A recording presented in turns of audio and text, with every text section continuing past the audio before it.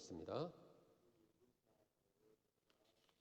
사사기 13장 1절부터 25절 말씀까지를 제가 봉독해 드리겠습니다.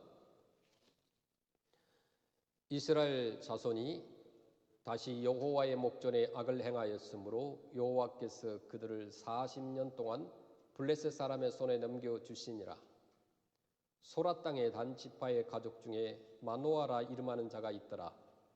그의 아내가 임신하지 못함으로 출산하지 못하더니 여호와의 사자가 그 여인에게 나타나서 그에게 이르시되 보라, 네가 본래 임신하지 못함으로 출산하지 못하였으나 이제 임신하여 아들을 낳으리니 그러므로 너는 삼가 포도주와 독주를 마시지 말며 어떤 부정한 것도 먹지 말지니라. 보라, 내가 임신하여 아들을 낳으리니 그의 머리 위에 삭도를 내지 말라. 이 아이는 태에서 나옴으로부터 하나님께 바쳐진 나실인이 됨이라.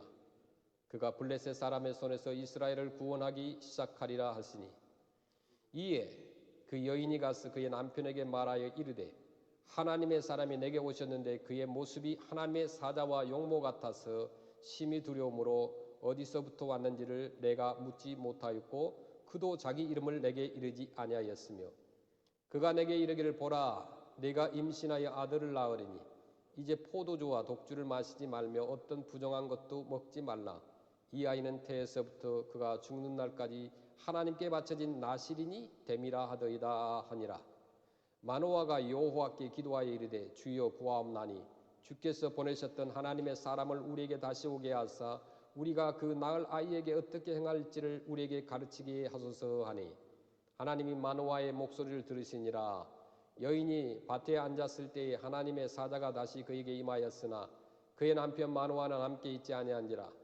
여인이 급히 달려가서 그의 남편에게 알리어 이르되 보소서, 전일에 내게 오셨던 그 사람이 내게 나타났나이다 하매 마노아가 일어나 아내를 따라가서 그 사람에게 이르러 그에게 묻되 당신이 이 여인에게 말씀하신 그 사람이니까 하니 이르되 내가 그로다 하니라. 마노아가 이르되 이제 당신의 말씀대로 되기를 원하나이다. 이 아이를 어떻게 기르며 우리가 그에게 어떻게 행하리이까. 여호와의 사자가 마노아에게 이르되 내가 여인에게 말한 것들을 그가 다 삼갔어. 포도나무의 소산을 먹지 말며 포도주와 독주를 마시지 말며 어떤 부정한 것도 먹지 말고 내가 그에게 명령한 것은 다 지킬 것이니라 하니라.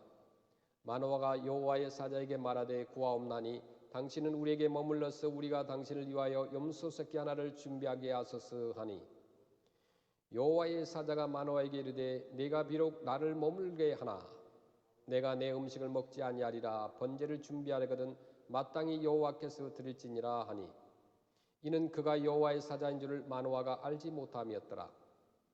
마노아가 또 여호와의 사자에게 말하되 당신의 이름이 무엇이니까 당신의 말씀이 이루어질 때에 우리가 당신을 존귀 여기리다 하니 여호와의 사자가 그에게 이르되 어찌하여 내 이름을 묻느냐. 내 이름은 기묘자라 하니라.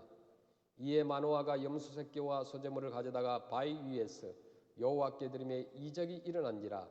마노아와 그의 아내가 본즉 불꽃이 제단에서부터 하늘로 올라가는 동시에 여호와의 사자가 제단 불꽃에 휩싸여 올라간지라. 마노아와 그의 아내가 그것을 보고 그들의 얼굴을 땅에 대고 엎드리니라.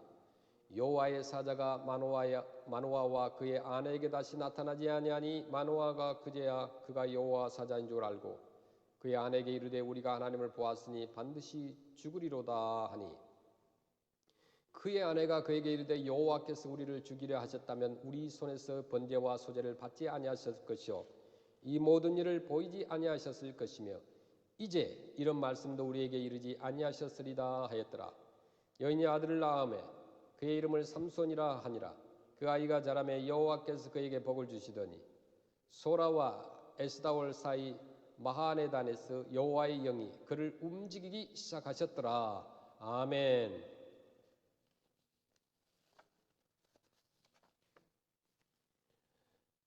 오늘 읽어드린 본문의 말씀의 배경을 먼저 살펴보기를 원합니다. 가나안 땅으로 들어간 이스라엘 백성들은 이제 각각 지파대로 가나안 땅을 이제 분배받습니다. 그 분배받은 후에 각 지파별로 분할된 그 지역을 자치적으로 통치하면서 전국적으로 그 연합 체제를 이루는 부족 연합 국가를 형성하여서 또 연합 지도자를 세웠습니다. 근데 이때가 바로 사사 시대다 그렇게 말씀을 합니다. 그 여호수아 이후에 이스라엘에게 사울 왕이 즉위하기까지 그 기간을 말하는데 약 주전 1400년 전부터 350년간 지속된 기간인데 성경에서는 이때를 어떻게 기록하느냐 하면 사사기 17장 6절 말씀에는 그때에는 이스라엘의 왕이 없었으므로 사람마다 자기 소견을 옳은 대로 행하였더라 이렇게 말씀을 합니다. 그러니까 그 당시에 사람이 각각 그 소견에 옳은 대로 행하였더라 그렇게 기록합니다. 사람들이 자기들의 멋대로 살았다는 것입니다. 이스라엘에 왕이 없고 임금이 없고 사사가 없고 선지자가 없고 제사장이 없었던 그 기간 동안, 그러니까 이 기간 동안 이스라엘 백성들이 신앙의 지표를 잃어버리고 방황하는 삶을 살면서 하나님의 법도를 떠날 때에는 가나안에 살고 있었던 그 당시에 그 가나안 족속들의 침략과 괴롭힘을 당하기도 했습니다. 그러나 이스라엘 백성들은 그 고통 중에 회개하고 하나님께 부르짖으면 그때 하나님께서는 그 당시에 이제 좋은 사사를 세우셔서 그 평화를 누리게 해 주셨던 것입니다. 결론적으로 이 시대는 이스라엘 백성들의 신앙이나 삶이 오르락 내리락을 반복하는 시대였던 것입니다. 그래서 사사 시대의 마지막에는 그 이스라엘은 약 40년간 블레셋으로부터 고통을 받았습니다. 그러니까 지금의 팔레스타인 지역이죠. 하나님께서는 그 고통을 당하는 이스라엘 백성들을 보시고 삼손을 사사로 부르셔서 이제 평강을 주시고자 하셨던 것입니다. 삼손은 우리가 너무나 잘 알고 있는 인물입니다. 나실인입니다. 그러니까 하나님께 바쳐진 자라는 뜻인데 나실인으로 태어난 사사로서 이스라엘을 20년간을 통치를 했었습니다. 당시에 블레셋은 그 이스라엘과 유화 정책을 쓰면서 공존하는 시기였는데 삼손 자신도 나실임에도 불구하고 이방의 가나안 여인을 취합니다. 그래 아내를 맞이하죠. 이것은 이스라엘 지도자로서 본을 보이지 못한 것이고 이방 여인과 사랑에 빠져서 나실인 본의를 잃어버리고 결국에는 그 블레셋에게 두 눈이 뽑히고 감옥에서 맷돌을 돌리는 처참한 신세가 되고 맙니다. 오늘 이 본문에서 가장 중요한 것은 이스라엘이 블레셋의 40년간의 압제 속에서도 회개를 하지 않고 있었지만 그럼에도 불구하고 하나님께서는 이미 삼손을 준비하고 계셨다는 것입니다. 이것이 바로 우리를 사랑하시는 하나님의 사랑임을 알 수가 있습니다. 하나님의 구원 계획은 변하지 않으시는 하나님의 속성 가운데 은밀하게 계속되고 있는 거예요. 이 본문의 시대 정황을 알려주는 1절 말씀을 다시 한번 보겠습니다. 사사기 13장 1절 말씀 보시면 이스라엘 자손이 다시 여호와의 목전에 악을 행하였으므로 여호와께서 그들을 40년 동안 블레셋 사람의 손에 넘겨주시니라. 아멘. 그 이스라엘 백성은 악을 행하고 죄를 범하면 하나님이 징계하시고 또 회개하면 하나님이 다시 새로운 사사를 보내어서 구원하는 그 악순환의 역사를 계속 반복하였습니다. 그 하나님이 그들을 사랑하고 용납을 하사 또 한 번 기회를 주시는데 이스라엘은 또 죄를 범합니다. 잡는 것도 한두 번이죠. 정말 심판을 내릴 순간입니다. 그러나 하나님은 이런 상황에서도 그 백성들에게 기회를 주십니다.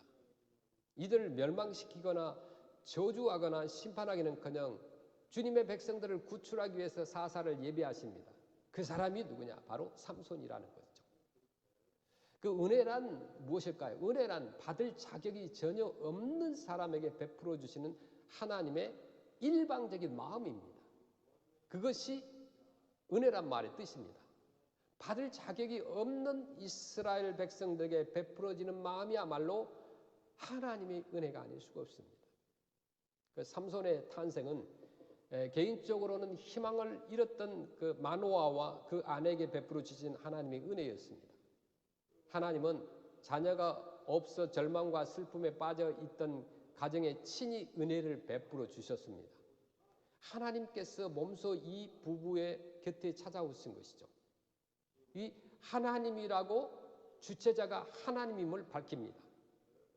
그 은혜는 뭐냐? 항상 하나님께로부터 시작되는 것이 은혜라는 거죠. 사람이 하나님을 찾은 것이 아니라 하나님이 먼저 인간에게 손길을 뻗으신 것입니다. 우리가 잘 아시는 요한복음 3장 16절 말씀, 하나님이 세상을 이처럼 사랑하사, 이렇게 말씀합니다. 누가요? 하나님이 세상을 이처럼 사랑하사 누구를? 독생자를 주셨으니 이는 그를 믿는 자마다 멸망치 않고 영생을 얻게 하려 하심이라. 항상 은혜의 사역은 주님 편에서부터 시작된다는 거죠. 오늘 본문에 마노아가 등장하죠. 그 아내에게도 주님께서 먼저 찾아오셨습니다. 이 여인의 이름 마노아의 아내라고 기록이 되었지 이름이 밝혀지지 않았어요. 성경에 밝혀지지 않은 이름이에요. 그러니까 이름도 모르는 이 여인에게 하나님께서 천사의 모습으로 방문하신 것입니다. 그래서 마노아 부부는 자기들을 찾아온 하나님의 그 천사라는 사실, 그것을 몰랐던 거예요. 하나님 보내신 사람 같다는 느낌은 받았지만 그 당시에 정확하게 자기에게 하나님께서 천사를 보내셨구나 정확히 몰랐던 거예요. 그래서 그들은 여호와의 사자에게 이름을 묻죠. 사사기 10장 18절에 여호와의 사자가 그에게 이르되 어찌하여 내 이름을 묻느냐? 내 이름은 기묘자라 하니라.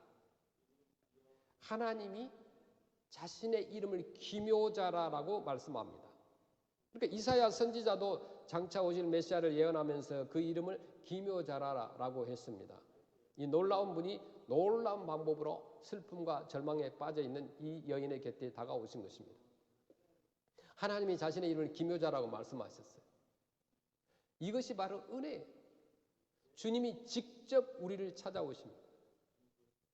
우리가 대통령을 만나려고 한다면 만나기 힘듭니다. 아무나 만나 주겠습니까? 그런데 하나님께서 직접 우리를 만나러 오셨다는 것은 보통 큰 은혜가 아닙니다.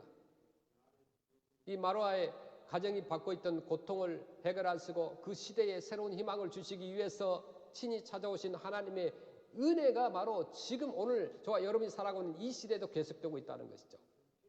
사사시대에 살던 인물 가운데 룻이 있습니다. 모압 여인이었던 룻은 남편을 잃은 뒤에 시어머니를 따라서 남편의 고향인 베들레헴에 와서 살게 됩니다. 룻은 가난하기 때문에 먹을 것이 없어서 이제 남의 밭에 가서 이삭을 주우며 근근히 연명을 했습니다. 그런데 룻 앞에 어떤 사람이 나타나요? 하나님이 보내신 한 사람, 남자가 등장을 합니다. 룻은 그를 하나님이 보내신 사람이라고 믿었습니다. 룻은 이 하나님의 사람 앞에 엎드려서 자기의 아주 절실한 심정을 토로합니다. 룻기 2장 13절에 룻이 이르되 내 주여 내가 당신께 은혜 입기를 원하나이다. 나는 당신의 하녀 중에 하나와도 같지 못하오나 당신 이 하녀를 위로하시고 마음을 기쁘게 하는 말씀을 하셨나이다 하니라. 아멘. 하나님은 이 여인에게 은혜를 베풀어 주셨습니다. 이때부터 룻의 삶에 기적이 일어납니다. 그러니까 모든 기적은 어디서부터 출발되느냐? 하나님의 은혜를 받는 것에부터 시작한다는 거죠. 전능하신 하나님의 그 주권적인 은혜가 기적의 원천입니다. 그 은혜는 기적을 낳는 중요한 요소입니다. 신자들의 삶 가운데 기적이 필요하다면 그 기적은 은혜 안에 있습니다. 하나님을 믿고 그분께 모든 것을 맡길 때에 하나님의 은혜와 사랑이 여러분들에게 임하여 기적이 일어난다는 것이죠. 거룩함이 있는 곳에 기적이 일어납니다. 하나님은 이스라엘 백성들의 범죄에도 불구하고 기적을 베풀어 주셨어요. 이스라엘은 자꾸만 죄를 범하는데 하나님께서는 그 이스라엘이 범한 죄의 저주를 하지 아니하시고 은혜를 베풀어 주시고 은혜로 계속해서 덮어주십니다. 마치 바울 사도가 로마에서 그랬던 것처럼 로마서 5장 20절에 그렇게 고백하죠. 율법이 들어온 것은 범죄를 더하게 하려 함이라. 그러나 죄가 더한 곳에 은혜가 더욱 넘쳤나니. 이렇게 말씀합니다. 그런데 우리가 잘못 이 말씀을 곡해할 수가 있습니다. 죄가 있는 곳에 은혜를 주시니까 더 큰 은혜를 받기 위해서 더 악한 범죄를 저질러야 되겠다, 이런 말씀이 절대 아닙니다. 하나님의 사랑과 관용을 그런 식으로 해석해서는 안 된다는 거죠. 은혜의 기적이 나타나기 위해서 죄에서 돌이키는 회개가 필요하다는 것입니다. 죄가 있는 곳에 은혜를 베푸는 것은 사실이지만은 여기에 한 가지 조건이 있습니다. 우리가 진지하게 진심으로 의지적으로 죄를 떠나고자 노력하는 그 노력과 회개의 눈물과 고통과 참여와 이런 것들이 있을 때 주님의 거룩함을 사모하고자 하는 그런 자세가 필요합니다. 그때야 비로소 하나님의 기적이 나타난다는 거예요. 하나님이 행하신 기적 사건들을 나열해 보면은 기적을 행하시기 전에 반드시 하나님께서는 우리에게 요구사항이 있어요. 그게 뭐냐면 거룩하라는 것이죠. 이스라엘 백성들이 요단강을 건너려는 그 장면을 우리가 보십시다. 그 이스라엘 백성들은 어떻게 요단강을 건너갈까를 걱정을 했는데 하나님은 그 대답을 주시기 전에 여호수아와 이스라엘 백성들에게 어떻게 말씀합니까? 여호수아 3장 5절 말씀이에요. 여호수아가 또 백성에게 이르되 너희는 자신을 성결하게 하라. 여호와께서 내일 너희 가운데 기이한 일들을 행하시리라, 이렇게 말씀합니다. 성결하게 하라는 거예요. 먼저 성결한 것이 중요하다. 요단강을 건너기 전에 너에게 필요한 것은 성결이라는 거예요. 우리는 이 궁지에 어떻게 이 궁지에서 빠져나갈까, 내 삶에 희망이 있는가에 관심이 있지만은 하나님이 우리에게 요구하시는 것은 첫째 기대하는 것이 뭐냐? 그것은 우리의 성결함이라는 거예요. 거룩함이라는 거죠. 사사기를 읽다 보면 하나님이 이방 민족을 들어서 이스라엘 백성들의 잘못을 보라고 징계하는 것을 볼 수가 있습니다. 그러나 이 삼손 시대에 이스라엘 백성을 억압하던 그 블레셋은요, 무력을 사용하지 않았습니다. 이 블레셋은 이스라엘 사람들에게 자유를 한껏 주었습니다. 정복자인 블레셋 사람과 이스라엘 사람들이 마음대로 결혼하도록 또 허용이 됐었습니다. 그리고요, 그 당시 사치한 문화를 만들었습니다. 그런데 이스라엘 백성들은 자신들이 블레셋의 노예가 되는 것, 망해가는 것을 전혀 모르고 있었다는 거예요. 본래 이 팔레스타인이라는 낱말이 뭐냐면요, 블레셋이라는 말에서 나온 거예요. 그러니까 고대 문화의 대표적인 예가 팔레스타인 문화입니다. 고고학자들은 이스라엘의 유적들을 발굴하여서 그 삼손 시대로 추정되는 고고학적 유물들을 많이 발견했던 것인데, 그 유물들 가운데 대부분이 뭐 술병이나 술 항아리, 뭐 술 주전자, 그런 것들이었다는 것입니다. 그러니까 그런 고고학적 또 유물들을 보면서 그 당시에 향락 문화와 쾌락주의가 얼마나 성행했는가를 짐작한 그런 물건들을 볼 수가 있습니다. 하나님께서 이러한 블레셋의 세속 문화에 휩싸인 그 이스라엘을 구원할 구원자로 택한 사람이 누구냐? 삼손이라는 거죠. 그 하나님은 삼손을 잉태하게 하면서 먼저 그 어머니에게 두 가지 금지 사항을 말하죠. 사사기 13장 4절에 그러므로 너는 삼가 포도주와 독주를 마시지 말며 어떤 부정한 것도 먹지 말지니라. 그러니까 왜 먹지 말라고 했을까요? 첫째, 이 포도주와 독주는 좋지 않습니다. 대개 음주 문화가 발달하면 발달할수록 그 시대는 망하기 시작을 합니다. 쾌락과 사치와 방종의 삶은 술에서부터 시작되기 때문에 그렇습니다. 술 좋아하는 사람들은 온갖 핑계를 대면서 어떻게 하면 술을 더 마실까 고민을 하고 찾습니다. 그래서 핑계가 많죠. 사업성 어쩔 수 없이 마셨다, 뭐 이렇게 얘기를 합니다. 그러니까 오늘날 그 뉴스를 들으면 제일 안타까운 소식이 뭐냐면 그 운전으로 인해서 사고를 내 가지고 사람들이 죽는 거예요. 그 일반 사고보다 음주운전을 한 사고자들이 훨씬 사람들을 많이 죽이는 그런 죄를 범합니다. 근데 법은 또 느슨해요. 술 마시고 정신이 없을 때 뭐 심신미비 상태였다, 그래서 죄를 감면해주고 그렇습니다. 술과 마약과 노름은 인생을 망치고 가정과 또 사회와 국가를 망하게 하는 것입니다. 여기 나실인이라는 것은 나실 사람이라는 의미가 아니에요. 그렇죠? 여기 히브리어로 니즈르인데 구별된 사람이라는 뜻이 나실인입니다. 평생을 하나님께 바쳐진 사람이다. 이 시대를 구원할 사사는 세상의 죄악에서 구별된 사람, 세상 사람들의 풍조와 유행에서 구별된 사람이어야 한다는 것입니다. 하나님은 이 시대를 깨우는 일에 거룩한 사람들을 요구하십니다. 우리 크리스찬이면서도 아직도 술독에 빠져 있는 사람들이 종종 있습니다. 고민해 볼 필요가 있어요. 솔직하게 저는 술 자체가 구원과 관련된 것으로 생각하지 않습니다. 그 관계는 없어요. 그러나 거룩한 삶과는 분명한 관계가 있다는 거예요. 하나님께서 우리의 거룩한 삶을 요구하시죠. 사람들이 기적을 원합니다. 경기가 침체되어 있으면 내가 하는 사업이 잘 되는 것을 기적을 원하고, 몸이 아프면 병에 낫는 기적을 원합니다. 출세하기 원하고, 또 친구들 사이에서 또 이웃에게 인기 있기를 원합니다. 그러나 중요한 질문은 이것입니다. 우리는 기적을 원하는 만큼 거룩한 삶을 살고 있는가? 내 자신에게 물어봐야 돼요. 하나님이 기적을 일으키기 전에 우리에게 요구하시는 것이 뭐라고요? 성결케 하라, 이렇게 말씀합니다. 그렇다면 우리는 기적을 원하는 것 이상으로 우리의 삶에서 참으로 거룩함을 추구해야 된다는 것이에요. 그리고 주님의 그 거룩함을 사모해야 돼요, 날마다. 지금은 이제 세상을 떠난 그 유명한 기독교 철학자였던 그 프란시스 셰퍼 박사가 말년에 암으로 고통을 당하면서도 이제 미국의 유수한 대학들을 방문했습니다. 시한부 인생을 사는 상태에서 여러 학교와 교회를 이제 방문하면서 이 프란시스 셰퍼는 정말 피를 토하듯이 진리를 외쳤는데, 그 셰퍼 박사가 진단한 미국의 문제는 행복은 추구하지만은 거룩은 추구하지 않는다는 점이었다는 거예요. 정말 바른 지적이라고 봅니다. 지난날에는 하나님을 닮은 거룩함을 삶의 목표로 삼았던 사람들이 있었습니다. 그 문제 때문에 수많은 우리 크리스찬 선배들은 심각한 고민을 했습니다. 거룩하지 못한 삶 때문에 하나님 앞에서 머리를 조아렸던 적이 있었습니다.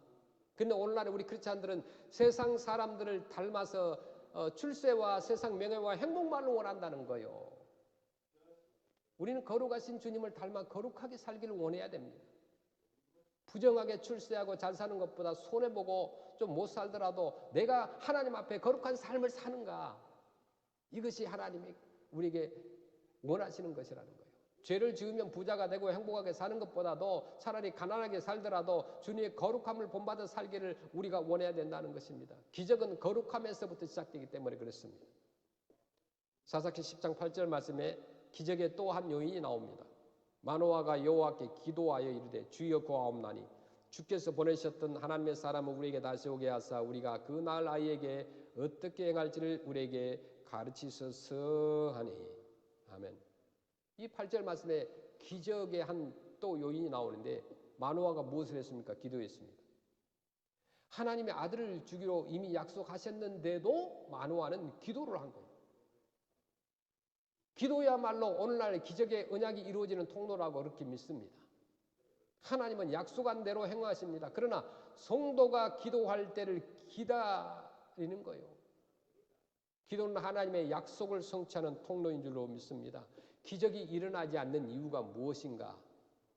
오늘날 정말 세상을 뒤엎을 만한 위대한 기적과 영광의 하나님이 나와 더불어 동행하며 나를 사용하시고자 내 기도에 응답하시는구나, 내 삶에 그분의 풍성함을 채우시고 놀라운 감동을 주는 그 기적이 지금 왜 내 주변에서 내 삶 속에서 일어나지 않는가?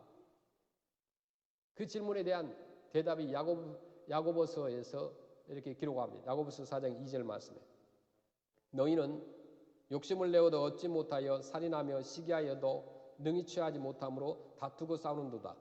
너희가 얻지 못하면 구하지 아니하기 때문이요. 4장 3절에 구하여도 받지 못하면 정욕으로 쓰려고 잘못 구하기 때문이라. 구하지 않기 때문에 응답이 없고, 또 하나는 정욕으로 쓰려고 잘못 구하기 때문에 기적이 일어나지 않는다는 것입니다. 그러니까 우리 인간의 이기심이라는 한계를 벗어나지 못하는 기도가 얼마나 많은지 몰라요. 우리 기도가 정말 하나님의 뜻에 초점을 맞추고 있는가? 기도의 본질은 무엇일까요? 어떤 사람이 기도의 본질에 대해서 이렇게 정의를 했습니다. 참된 기도는 나의 소원, 내 뜻을 하늘에 응답받는 것이 아니라 하나님의 뜻을 이 땅에서 나의 삶에서 이루는 것이다. 그것이 기도라는 거예요. 하나님 우리를 기도하게 하시는 진정한 이유가 뭘까요? 단순히 우리의 소원을 성취 하게 하려는 것이 아니라 우리를 통해서 주님의 뜻을 이루기 위해서입니다. 기도의 핵심이 중요합니다. 바쁠 때 기도하기 힘든 환경에서 기도는요, 핵심을 붙잡고 기도해야죠. 기도의 정신이 가장 잘 표현된 기도가 무엇일까요? 주기도문입니다. 마태복음 6장 9절 보니까 하늘에 계신 우리 아버지여 이름이 거룩히 여김을 받으시오며 그러므로 너희는 이렇게 기도하라. 하늘에 계신 우리 아버지여 이름이 거룩히 여김을 받으시오며 마태복음 6장 10절에 나라의 임하옵시며 뜻이 하늘에서 이룬 것 같이 이 땅에서도 이루어지다. 나라가 임하옵시며 뜻이 하늘에서 이룬 것 같이 땅에서도 이루어지다. 얼마나 아름다운 기도입니까? 이 주기도문의 첫 번째 부분은 철저하게 하나님 아버지께 초점이 맞춰져 있습니다. 하나님의 뜻은 하나님의 뜻에 굴복해야 합니다. 하나님의 거룩하심을 본받아서 우리의 삶이 거룩해져야 된다는 거죠. 우리의 모습을 통해서 주님의 이름이 거룩하게 여겨져야 됩니다. 거룩을 추구하는 우리의 삶을 통해 하나님의 영광이 드러나야 돼요. 이 땅에서 하나님 나라를 이루어가야 됩니다. 우리가 부족하고 연약하고 평범한 인간이지만 하나님의 뜻대로 살아가려고 고민하고 또 주님이 기뻐하시는 삶을 살려고 노력할 때 주님이 주시는 신선한 기쁨과 감사를 우리가 느낄 수 있다는 거죠. 부족한 대로 주님의 일을 하고 부족한 대로 이웃을 돕고 섬기면서 하나님의 뜻을 일상생활에서 실현할 때 하나님의 축복이 임합니다. 복음을 전하면서 하나님의 도구로 쓰임받을 때 하나님의 영광을 드높일 수가 있는 거예요. 자신의 얄팍한 이기심이 아닌 하나님의 뜻에 맞추어 살아갈 때 세상에서의 삶이 비록 힘들더라도 하나님의 나라가 확장되는 기쁨을 얻는다는 거죠. 그럴 때 하나님께서 우리의 삶을 책임져 주십니다. 하나님은 축복을 주시는 거예요. 주님의 뜻에 우리의 삶에 초점을 맞추고 그 뜻이 이루어지도록 기도할 때 기적이 일어납니다. 주님과 동행하는 삶을 살 때 늘 기쁘고 즐거울 뿐만 아니라 기적 가운데 살게 된다는 거예요. 여러분들에게 이런 신앙의 체험이 있기를 축원합니다. 왜 우리가 음주와 마약 등 나쁜 것들을 먹고 마시지 말아야 하는가? 하나님께서 여러분에게 독주를 마시지 말라고 하셨습니다. 부정한 것을 먹지 말라고 했습니다. 또 나시린인 이 삼손에게 머리를 자르지 않는 하나님께 헌신을 하라고 했습니다. 하나님은 단순하게 부정한 음식만을 먹지 말라고 하시는 것이 아니에요. 하나님이 원하는 것은 뭐냐면 거룩한 삶이라는 거죠. 우리의 삶의 거룩함을 원하는 거예요.